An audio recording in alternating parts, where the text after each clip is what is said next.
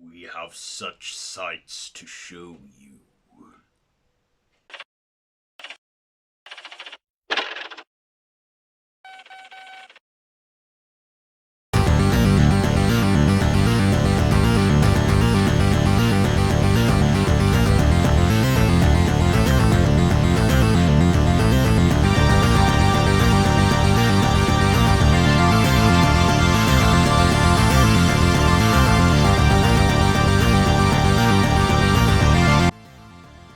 Why, hello there YouTube and welcome to a brand new episode of Horror Favourite of the Decade. So it's the show where I pick a horror movie that's one of my many favourites from each decade, spanning the decade. So we've gone from the 20s and now our next stop is the 1980s. Yes, what a decade for horror that was. I mean, there were so many I tried to pick.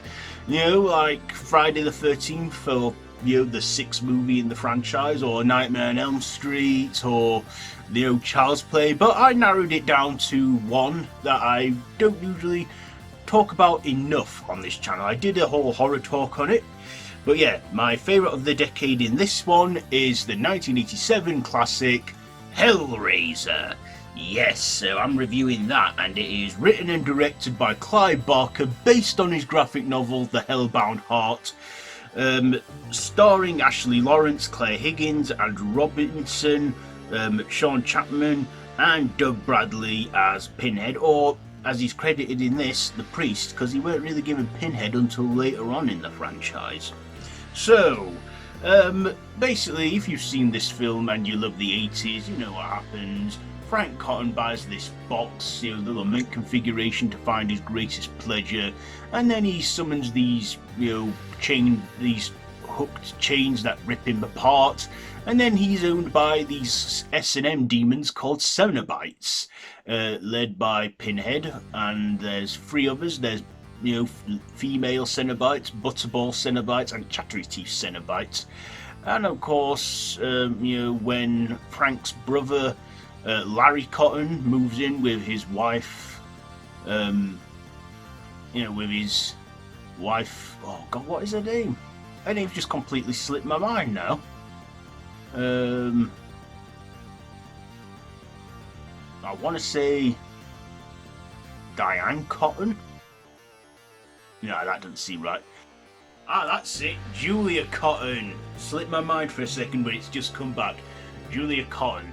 So, and then there's Larry's daughter, Julia's stepdaughter, Kirsty, who move into Frank's house as he's been gone for a while and they don't know what's happened. Until Larry has a bit of an accident and he bleeds out on the floor where Frank was ripped apart, and then he starts to come back very slowly as a skinless, hideous creature, played by a different bloke at that point. And then basically Julia starts feeding him men that she lures in, and basically till he regenerates. And we also find out that Julia and Frank had an affair, and she cheated on Frank by having sex, Larry, by having sex with Frank on the wedding dress, etc. And of course, Kirsty finds out a bit on this, and then she finds the box, the lament configuration, and summons the Cenobites.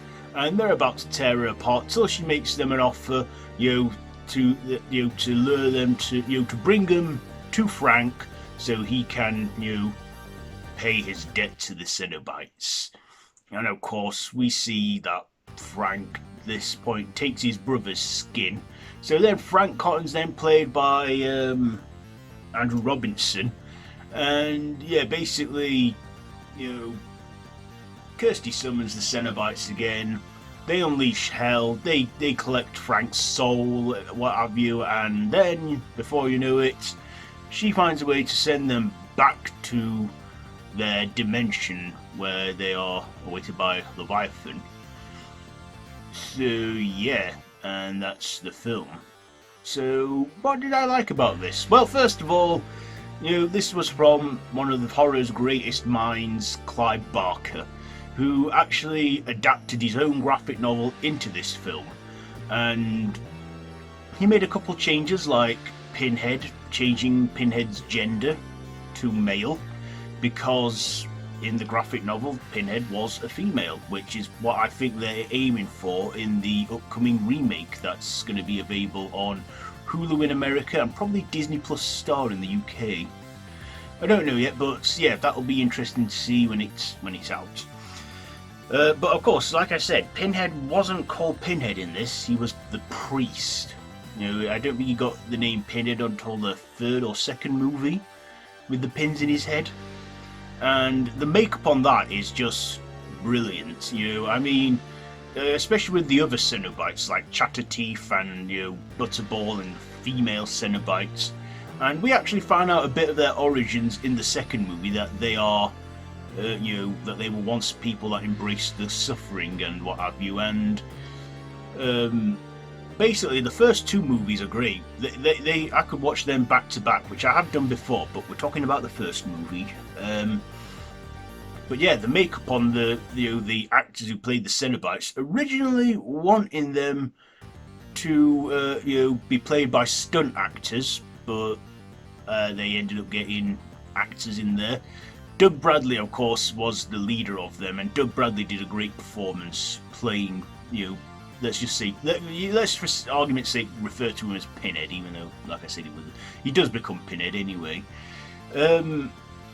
Yeah, Doug Bradley's performance was great, even though he had the least screen time out of the entire cast, but his presence was enough to impact the film, and he eventually became sort of the face of the franchise, even though in later installments he would then go back to being like a secondary character in this franchise. But yeah, like at the Hellraiser rap party, you know, nobody recognised him. You know, they would walk past him and he'd be like, I thought we got on well, and then it occurred to him that they'd never seen him without his makeup on before, so he was unrecognisable to the cameramen and everyone except for the makeup crew. And also Claire Higgins, she's never met Doug Bradley. I asked her this at Comic-Con once when I met her. I asked her what was Doug Bradley like, and she said they never met him. They never met because their scenes were done separately, and she never went to the rap party. Yeah, even in the second movie. But of course, I can't forget, you know, our mortal actors like Sean Chapman playing Frank, and then of course Andrew Robinson, but Julia Cotton, you know, Claire Higgins, she was such a good villainess. I'd say she was, you know, her and Frank are the main antagonists in this movie, not Pinhead and the Cenobites. They're there to basically clean up the mess when the evil bidding or the pleasure is done in this movie. And yeah, they were a good evil couple. I'd say one that didn't have the much development was Larry. I feel like he was just, well, there, but, you know, playing Kirsty's father and that. But Ashley Lawrence as Kirsty, she was a good final girl in this, and she even came back for the second movie and briefly cameoed in the third film, and then we didn't see her until the sixth film, Hellseekers. Yeah, so... But Ashley Lawrence, she again was brilliant in her role and played them well. Actually put up a fight and was a bit of a badass to the Cenobites, you know. I mean, she feared them and stuff, and they were quite scary, but then she like told them to go to hell, and you know. So Ashley Lawrence was spot on. The whole cast was spot on. This was a brilliantly made film. It had great visual effects, both practical and visual. I do remind myself that this is the late 80s, so computer effects and that weren't as brilliant as they are now. But still, you know, I like them cheesy old school effects, but the practical effects just do it, especially that one Cenobite that's like a big puppet thing. Also, what the hell was that with the hobo? You know, the homeless guy who basically turned out to be a winged Cenobite demon that flew off. I didn't really get that bit much, but yeah. You know, one of the best horrors of the 80s, I gotta say. So, Hellraiser, what am I gonna give this one? You know what, the hell with it. I'm giving it a 4.5 out of 5. because it's just, in fact, no, I'll give it a 5 out of 5 because it is the best, in the franchise. One of the best ones anyway, and I can't recommend this one enough. So yeah, Hellraiser from 1987. So, before we close things up, let's go to this month's shout-out. This month's shout-out, I don't think I've done one before on him, or I might have, but not for a long time. This month's shout-out goes to Anthropomantic Themed. He's this young YouTuber who does horror reviews and fan fiction readings and discussions on horrors. Even makes his own music as well. He's a very young, talented chap, and I'm surprised he's got under 1,000 subs. So definitely go and check him out. His channel is going to be linked down below in the description, so you can check him out. And be sure to tell him that I sent you his way.